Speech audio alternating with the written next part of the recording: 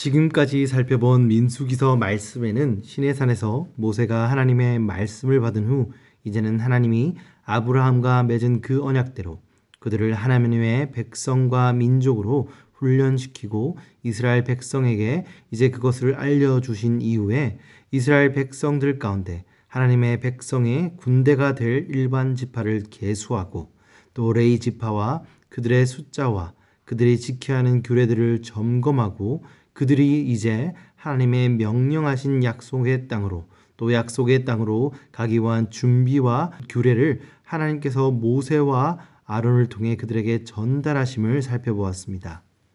그리고 어제 본문 말씀에서 하나님께서는 이스라엘 백성에게 하나님께서 그들을 구원하심을 기억하고 그것을 영원히 기념하기를 원하시는 하나님 명령을 6월절에 관한 명령을 그들에게 떠나기 전 다시 한번 명령하심으로 하나님께서 그들과 맺은 언약으로 그들과 하나님의 관계를 다시 한번 재정립하신 말씀을 어제 본문을까지 말씀으로 살펴보았습니다.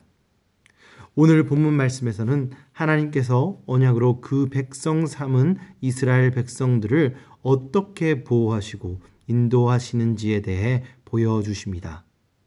먼저 오늘 본문 말씀 15절과 16절 말씀에서 하나님께서 이스라엘 백성에게 하나님께서 그들과 함께 계신다는 것을 가시적으로 그의 백성이 볼 수 있게 그들과 머무심을 낮에는 구름 기둥으로 그리고 밤에는 불기둥으로 성막 위에 하나님의 말씀이 기록되어 있는 증거의 성막 위에 나타나심으로 보여주십니다.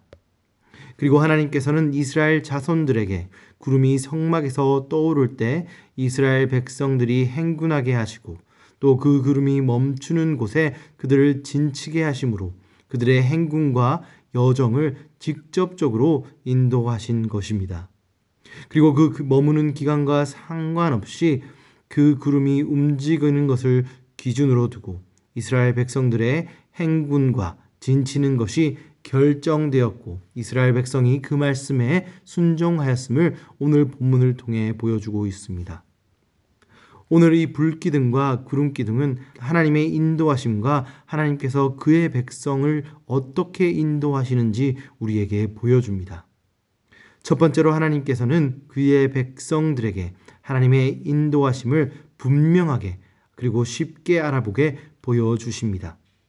하나님께서는 그의 백성들 가운데 있는 증거의 성막 위에 그의 임재를 볼 수 있게 그들에게 나타남으로 보여주심으로 하나님께서 이스라엘의 참 구원자이시며 그들을 지금도 그 순간에도 이끄시고 있다는 증거를 그들에게 직접적으로 보여주신 것입니다. 이스라엘 백성 누구도 하나님의 뜻을 놓고 갈팡질팡하지 않고 하나님의 도우심을 찾고 그 도우심을 따를 수 있게 하나님께서는 친절하게 그들에게 직접적으로 보여주신 것입니다. 오늘날 우리에게도 이러한 하나님의 인도하심은 분명하고도 선명하게 드러나 있습니다. 하나님의 증거의 성막 위, 즉 하나님의 말씀의 약속 위에 있는 그의 임재가 있으신 것처럼 우리에게 주신 하나님의 말씀 속에는 우리가 알아야 할 것들 그리고 우리가 하나님의 이끄심을 받아 하나님의 백성으로 살아가는데 필요한 모든 필요한 말씀이 다 적혀 있다는 것입니다. 디모데후서 3장 17절 말씀에 이는 하나님의 사람으로 온전케 하며 모든 선한 일을 행할 능력을 갖추게 하려 함이라 말씀하시며 하나님의 말씀에 대해 설명하신 것처럼 우리가 하나님의 백성으로서 살아갈 수 있는 그 모든 방법이 말씀 가운데 기록되어 있다는 것을 우리는 말씀 가운데 그 약속의 말씀으로 확인할 수 있는 것입니다. 본문의 말씀을 묵상하며 우리는 오늘 말씀에 구름 기둥과 불 기둥으로 인도하심을 이스라엘 백성에게 그들 가운데 나타나심으로 보여주신 것처럼 우리에게도 그 인도하심을 우리에게 볼 수 있게 해주신 그 은혜를 기억해야 합니다. 하나님의 백성인 우리에게 우리 안에 임재하신 성령님께서 우리에게 하나님의 말씀을 보고 찾고 원하는 마음을 허락해 주셨고 말씀을 우리 삶 가운데 적용하고 그 적용한 말씀대로 따라 살며 주님의 인도하심을 받을 수 있는 그 능력을 성령의 도우심으로 우리 가운데 있게 허락하여 주신 사실을 우리는 기억해야 합니다.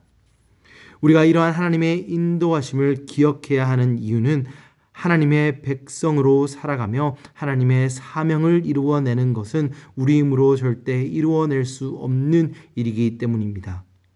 이스라엘 백성들이 출애굽하는 과정부터 그리고 지금 이들이 오늘 본문에서 살펴본 것처럼 이들이 약속의 땅으로 다시 여정을 시작하는 이 모든 과정들은 그들의 힘만으로는 완성할 수 없는 불가능한 것이기 때문입니다.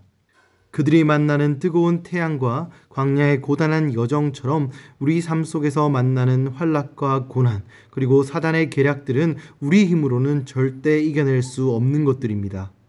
그렇기에 우리는 하나님과 함께 있음을 기억하기 위해 항상 성령의 임재하심을 구하고 그 임재하심을 통해 하나님의 말씀을 묵상하며 또 그 말씀을 들음으로 인해서 우리의 삶의 모든 어려움과 고난을 하나님께 맡겨드림으로 하나님의 백성으로서의 삶의 여정을 성공적으로 살아갈 수 있어야 하는 것입니다. 그렇다면 이러한 하나님의 인도하심을 다하는 우리의 자세는 어떠해야 합니까?